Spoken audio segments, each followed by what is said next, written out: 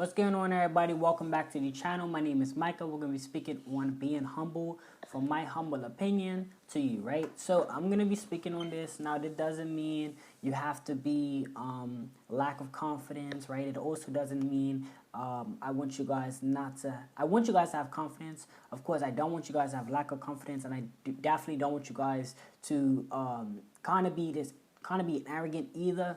I'm gonna tell you why, because a lot of times when you become arrogant, it's not even about like other people. It really affects yourself more than anything, right? A lot of people would think that, if somebody's arrogant, it's because, or if somebody doesn't like somebody being arrogant, then that person should worry about somebody else's feelings. But really, what we want to focus on is ourselves at the end of the day, right? Because what happens is, like, say you're arrogant, right? I was just listening to something this morning about it, and say you're arrogant, feel like you know everything, you stop your blessings. You know what I mean? You stop, maybe colliding with somebody, or not colliding, sorry.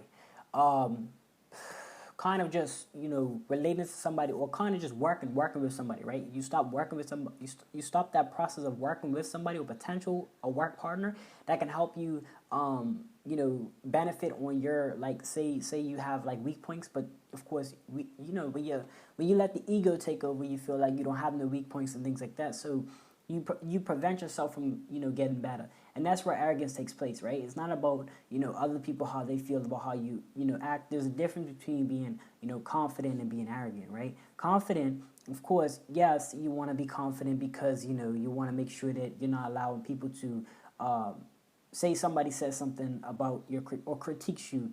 You don't want it to be like, oh, you just shut down and you go cry in the corner, and then you just don't continue it because you're scared of what people think. You want to be confident enough to where you can take criticism, but you also want to be humble enough to where you can accept criticism. It's kind of like that middle point. You know what I mean? So being humble just means you're confident with yourself, right? You guys want to be confident. You guys want to be confident enough that you're doing the best that you can, right?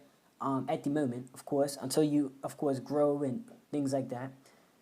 But you also want to be humble because you need to be able to accept criticism, right? Because here's the thing: every criticism is not always going to apply to you. Some things people say, it does affect. Sometimes it doesn't. It's up to you to decide.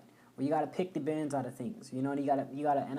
I've been taught from my older peers, or even sometimes people younger than me, right? That teaches me different things, and what I do is I kind of I reflect on it, see where I need to work on, see where I need to improve, or see where I feel like it needs to be improved in, and I try my best to improve in. But what happens is you're not humble, and you're not kind of, on that level-headedness, you're gonna miss a lot of key points in your life. You're gonna feel like, oh, this doesn't matter. You're gonna throw away that. You're gonna throw away this. You're just not gonna listen, and you're not even gonna give yourself time to reflect on your professional, whatever it is that you want to get better at, right? You're not going to give yourself time, or even give it any type of look. You're not even going to view it in any sort of way, because you're just going to feel like you're just too much for it. You feel like, you can't, why listen to this person? Even if that person doesn't do your profession, they could just be coming from an outside source looking in, right?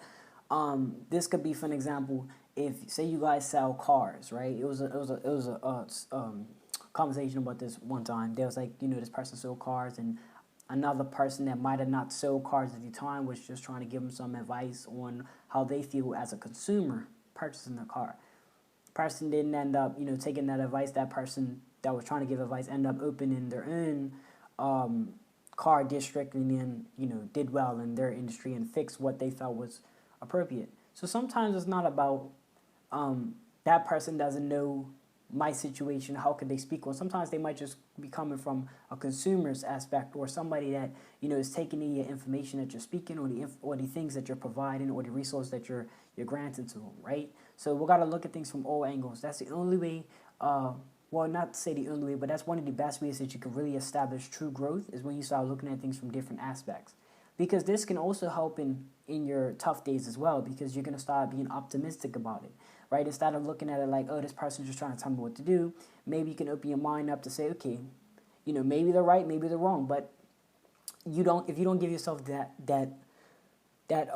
opportunity to seek that out, then you're never going to even know if they're right or wrong, right? So just remain humble, be confident in what you know, so that you're not allowing the criticism to struck you down, but also be humble enough to accept criticism, right? So this is that fine line. Make sure that you guys staying humble. Make sure that you guys are, again, it's about having that confidence, but also being able to accept criticism and take it in and be able to, dissect whatever you need from it and what needs to go, what needs to be checked, what needs to be re-examined, and things like that. Let me know what you guys think in the comment section below. Drop a wisdom quote if you have one, and I will see you guys on the next video.